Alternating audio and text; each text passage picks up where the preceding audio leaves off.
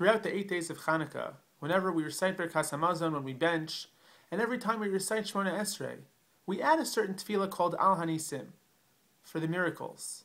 And in this tefilah, we thank Hashem in great detail for the miracles that He performed for the Chashmonaim in their battles against the Yevanim, against the Greeks. And that was the story of Chanukah. The Rabbim Ba'ad Me'atim, many against the few are victorious. Taharim Bi'ad Tameim, the pure against the impure were victorious. But at the outset, we thank Hashem al HaNisim on the miracles, v'al HaPorkanon on the deliverance, v'al HaGivaros, and on the heroism, on the mighty deeds, v'al HaTishuos, and on the salvation, v'al HaMilchamos, and on the battles, she'asisa la'avosenu, that Hashem, you performed for us, for our forefathers, by Yomim Hahem, back in that day, Bazman Hazeh, and today as well. And it's curious as to why we're thanking Hashem for battles. We can easily understand why we would thank Hashem for performing miracles for us, for saving us, for performing wondrous acts, for allowing us to be victorious in battle. But why are we thanking Hashem for battles? We never want to be going to battle. We're a peace-loving nation. We always seek peace. War and battle is always a last resort. So why do we include the Al HaMilchamos for the battles in the scope of this tefilah? Rav Soloveitchik explains, based on a comment of the Beis Halevi, that it's important to thank Hashem not only for victory, but also for war. And not only for the war, but for the suffering that comes along with it. For the pain, for the agony that results in battle, inevitably. Why? What value is there in singing shiros v'sishbachos and praising Hashem for the tzara that comes before the geula, for the pain that comes before the redemption? And perhaps the answer is, explains Rav Soloveitchik, that while nobody likes to suffer, sometimes out of suffering comes new strength, a new ability to rejuvenate ourselves and the people around us.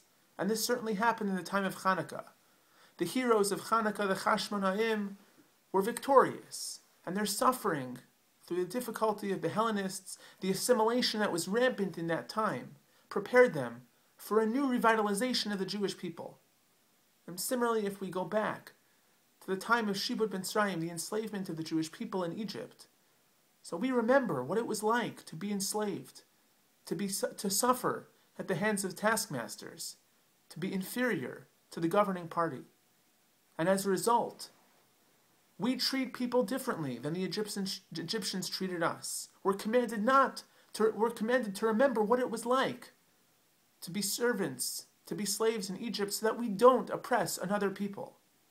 That cauldron of fire, of persecution, of slavery, purified us, uplifted us, and allowed us to become a better, holier, greater people of Am Yisrael. And sometimes our personal milchamos, our personal battles, can also result in the same thing, the same result. All too often nowadays, we know individuals in our community and beyond who are suffering, who are stricken with terrible illnesses, terrible circumstances at home, personally, financially, and we grasp at some understanding of why these people need to go through the pain that they're enduring, why Hashem would put them into this situation.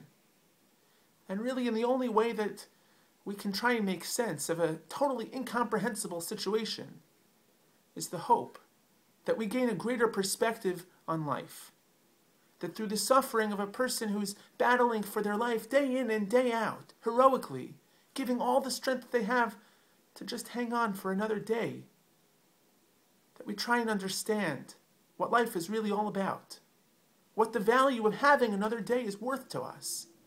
It really helps put things back into perspective, helps focus us on what's truly important, what's valuable, what's meaningful in life.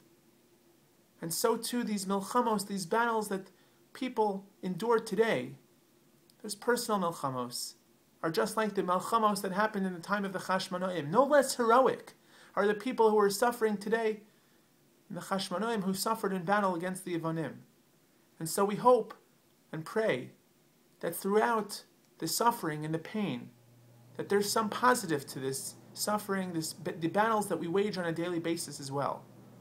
We hope that we learn how to sing Shira v'Sishpachos even b'Shas Milchama, how to sing praise even at a time of battle, even at a time of a crisis of faith. Because that's what Chanukah is all about. Hope for the glory, for the better day, for the victory that Hashem will bring us. And even if sometimes we're not as successful, and Chas v'Shalom we're not victorious in battles against the Malach HaMaves, for example. So we still hope that we can learn something positive, we can take something positive from the fire, from the battle, to make us better, to rejuvenate us, to uplift us. May it be the Ratzon Hashem, the will of God, that all those who are struggling with Melchama, with their own personal battles, physically, spiritually, are Zochad, who merit to the same result as the Maccabees, as the Chashmonaim did in the time against the Yevanim, against the Greeks. That they're rejuvenated, that they're uplifted, that they're successful and victorious ultimately in whatever ails them. Thank you for watching. Have a wonderful, freilich, and happy, joyous Chanukah.